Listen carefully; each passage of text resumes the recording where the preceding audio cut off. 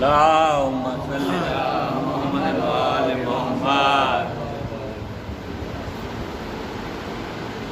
مانا بڑا ہی بڑا شوق ہے کہ آج کے زمانے میں کسی کے ساتھ لڑائی کرو برائی میں کرتے ہو، مانے گا یہ، لیکن اس کا مطلب یہ نہیں ہے کہ دین دار جو ہے وہ اگر کسی کے ساتھ بھلائی کرے اور اگر اس کے ساتھ کوئی برائی کرتا ہے تو ہرگز اس کا مطلب یہ نہیں کہ وہ بھلائی کرنا چھوڑ دے۔ ایک دیندار کا کام یہی ہونا چاہیے۔ آپ دیکھیں کہ جو دین کے محافظ تھے، جو دین کو لانے والے تھے، انہوں نے تو کس قدر دھوکے دھڑیاں ان کے ساتھ کی گئی، کس قدر دھوکے کھائے انہوں نے، کس قدر لوگوں نے انہیں آزمایا، پریشان کیا، کیسے کیسے انہیں اذیتیں پہنچائیں، لیکن تاریخ یہی لکھتی ہے کہ انہوں نے ہمیشہ بھلائی ہی کی ہے، برائی نہیں پلٹ کر، جواب میں پلٹ کر برائی نہیں، بھلائی کے سوا۔ لہذا ہمارا اور آپ کا بھی فریضہ یہی ہونا چاہیے، اگر ہم اہل بیت اطہار علیہ السلام سے صحیح معنوں میں محبت کرنے والے ہیں اور ان سے دلی محبت ہے، ان سے دلی لگاؤ ہے، ان سے سچی محبت ہے، سچی محبت اور سچی چاہت کا اثر بھی یہی ہوتا ہے کہ انسان پھر جس سے محبت کر رہا ہوتا ہے وہ اس کی بات کو مانتا ہے۔ یہ نہیں ہوتا ہے کہ پھر انسان محبت کا تو دم بھرے لیکن اگر وہ کوئی بات کہے اس کو مانے نہ، ایسا نہیں ہوتا ہے۔ اگر انسان کسی سے محبت کر رہا ہے اور اگر وہ کوئی بات کہہ رہا ہے تو پھر اس کی بات کو ٹالا نہیں جاتا فوراً، بلکہ اوروں کی بات کو ٹال دیا جاتا ہے، دوسروں کی بات کو جو ہے اگنور کر دیا جاتا ہے، لیکن اس کی بات جو محبوب ہے، جس سے ہم محبت کرتے ہیں، جس کو ہم بہت زیادہ چاہتے ہیں، جس سے اس کی ہمارے زندگی میں بہت زیادہ اہمیت حامل ہے، ہم نہیں چاہتے ہیں کہ ہم اس کو جو ہے اگنور کریں، اس کو ٹالیں، نظر انداز کریں، اس کو بلکہ اس کی بات کو فوراً مانتے ہیں۔ ایسے ہی آل محمد علیہ السلام سے محبت کا مطلب یہ ہے کہ محبت صحیح معنوں میں تبھی قابل قبول ہے۔ محبت ایک طرف سے تو ہوتی ہی نہیں ہے، پہلی بات ہوتی ہے نہیں ہوتی ہے، ایک طرفہ کوئی محبت ہوتی ہی نہیں، محبت دونوں طرف سے ہوتی ہے، اور جب دونوں طرف سے ہوتی ہے تو اثردار ہوتی ہے، اثر رکھتی ہے۔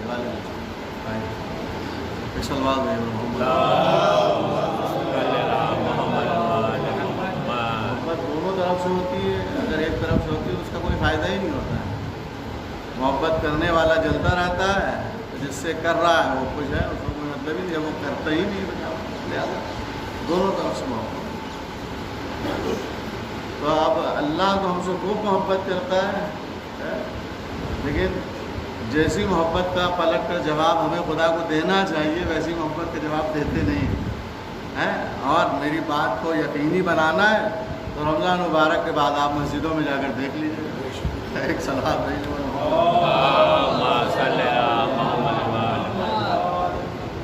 یہ کیا ہے،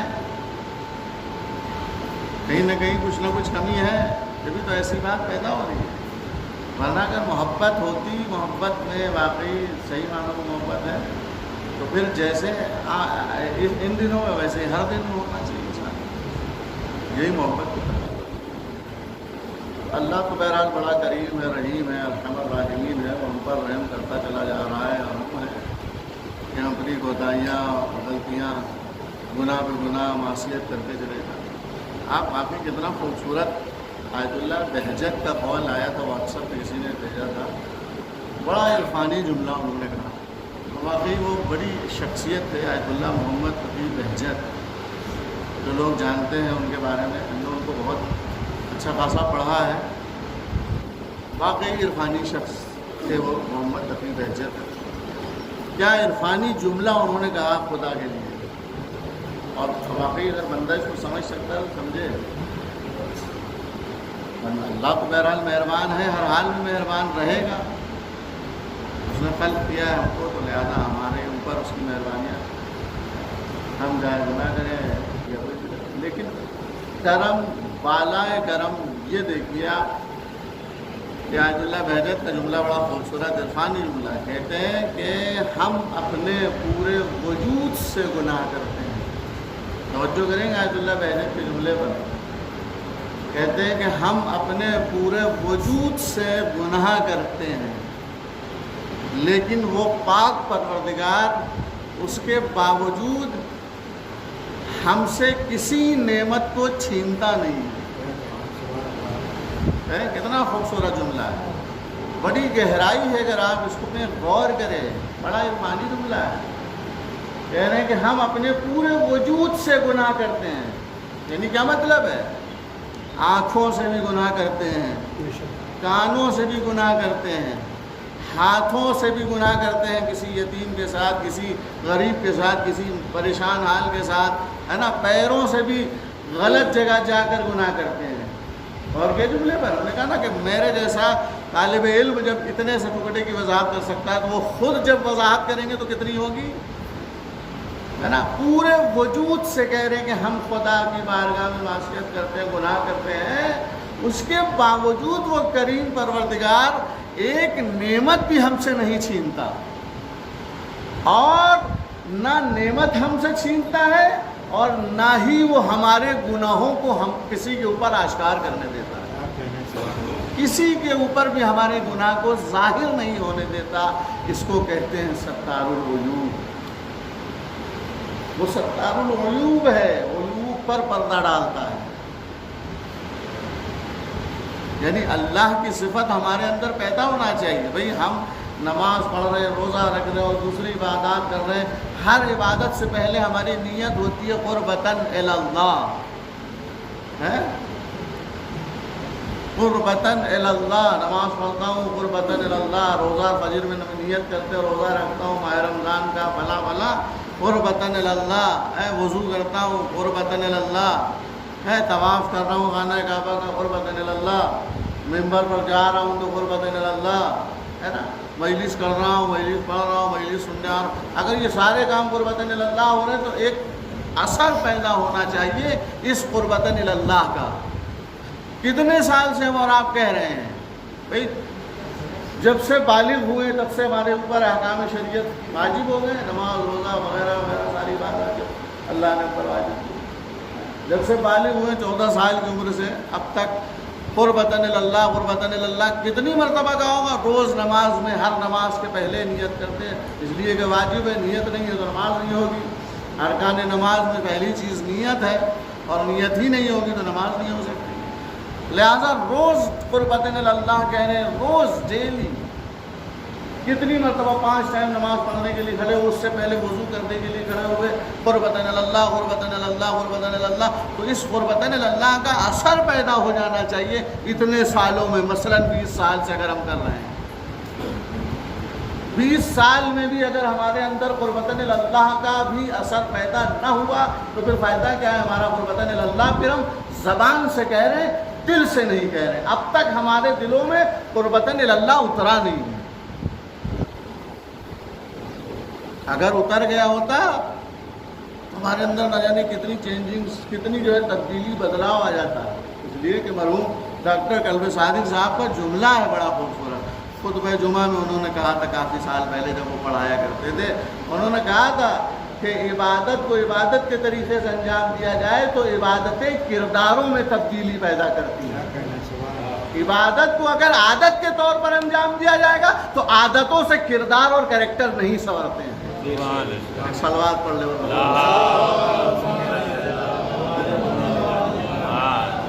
مرحوموں کو بھی اپنے یاد رکھنا چاہیے. خدا ولی کا رحمت کرے حجی محمد اور قلب صادق صاحب کی.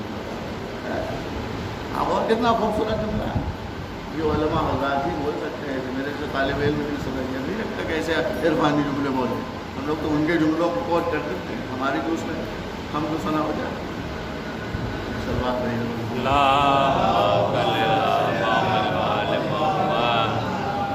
لہٰذا یہ رحمت کا مہینہ ہے، مغفرت کا مہینہ جا رہا ہے. اب کیا ہے؟ ختم ہو گیا.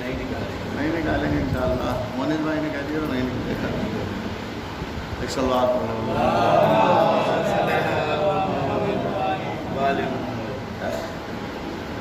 رحمت کا مہینہ ختم ہو گیا. آئندہ سال جس کو اللہ توفیق دے ہم سب لوگوں کو انشاءاللہ جناب امیر کے صدقے میں ایک اور مبارک موقع فرمائے. ہم لوگ آنے والے رمضان میں پھر سے اس کی عبادت کر سکیں, روزے رکھ سکیں. اور پتہ نہیں آئندہ سال کون رہے کون نہیں رہے. ایک سلوات پڑھے محمد.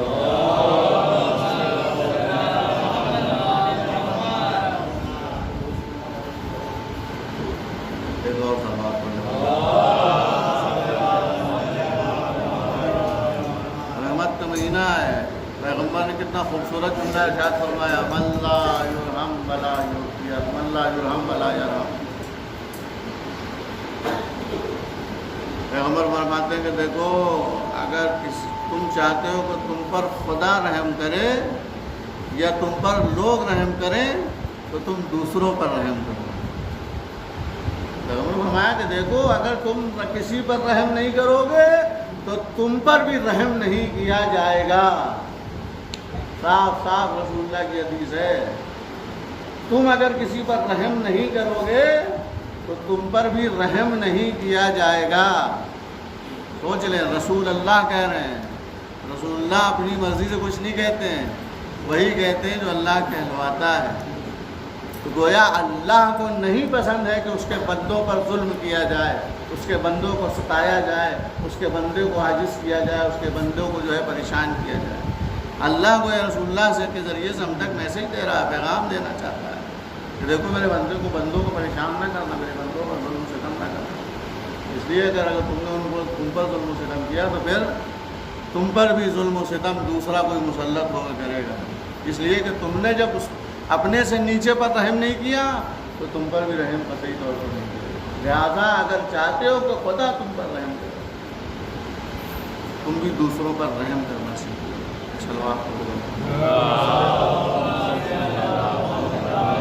اگر ہم کسی کو ستا رہے ہیں, اگر ہم کسی کو عاجز کر رہے ہیں, اگر ہم نے کسی کو پریشان کیا ہے تو خدا سے اس کا کوئی معاملہ نہیں ہوگا.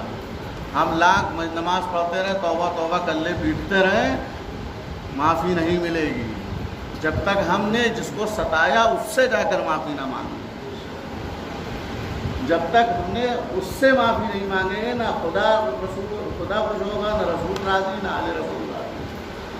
اور تاریخ میں سرا کا واقعہ موجود ہے. نقل کر دو, وقت تمام ہو گیا. چلوا پڑھ لے محمد. امام موسیٰ کاظم علیہ السلام کا زمانہ ہے. آپ کا سب کا سنا ہوا ہے, صرف تذکر تکرار ہو رہی ہے. سب سنا ہوا ہے آپ کو. نتیجہ آپ بول رہے ہیں تم رحم کرو دوسروں پر, تم پر بھی رحم کیا جائے. ابراہیم کیا نام ہے, علی بن یقین گورنر بنے ہارون رشید کے دربار میں. مولا موسیٰ کاظم کے پاس گئے, کہا کہ مولا وہ بادشاہ آفر کر رہا ہے گورنری کا, بتائیے کیا کریں. کہا جاؤ بنو, لیکن شرط میری ایک یہ ہے کہ تم میری ایک بات مانو گے, میں 3 جگہ تمہیں فائدہ پہنچاؤں گا. میری ایک بات صرف یہ ہے کہ وہاں جا کر گورنر ضرور بنو, لیکن میرے شیعوں کو فائدہ پہنچانا, میرے چاہنے والوں سے کیا نام ہے متصل رہنا, ان سے دوری نہ اختیار کر لینا. گورنر ہو گئے تو بس میرے شیعوں کو فائدہ پہنچاتے رہنا. اگر تم نے ایسا کر لیا تو 3 باتیں. پہلی یہ کہ تلوار سے کٹنے نہیں دیں گے تمہیں, زندیق نہیں ہونے دیں گے, تمہارے مال میں کبھی کمی نہیں ہوگی. 3 باتوں کی امام نے ضمانت لے لی. اب وہ تاریخ کہتی بھول گئے امام سے وعدہ کر کے ہم آپ کے شیعوں سے جو ہے بھلائی کریں گے, ان سے ان کی مدد کریں گے. ابراہیم جمال کوفے کا رہنے والا, نہیں معلوم کہاں کا رہنے والا, حافظہ پتہ کر رہے سب, کوفے کا غالباً رہنے والا. وہ آیا ہے کسی کام سے علی بن یقین کے پاس. انہوں نے منع کر دیا کہ میرے پاس ٹائم نہیں ملیں گے.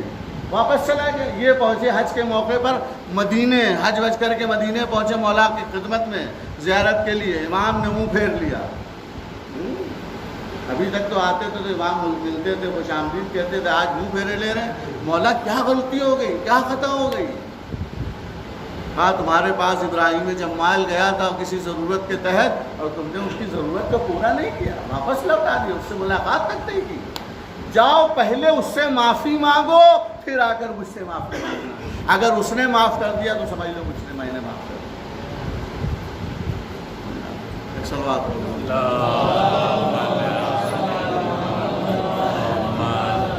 لہٰذا جس کو ستایا ہے اس سے معافی مانگے، بعد میں جو ہے کسی اور سے معافی، ان کی رضا میں اللہ کے رسول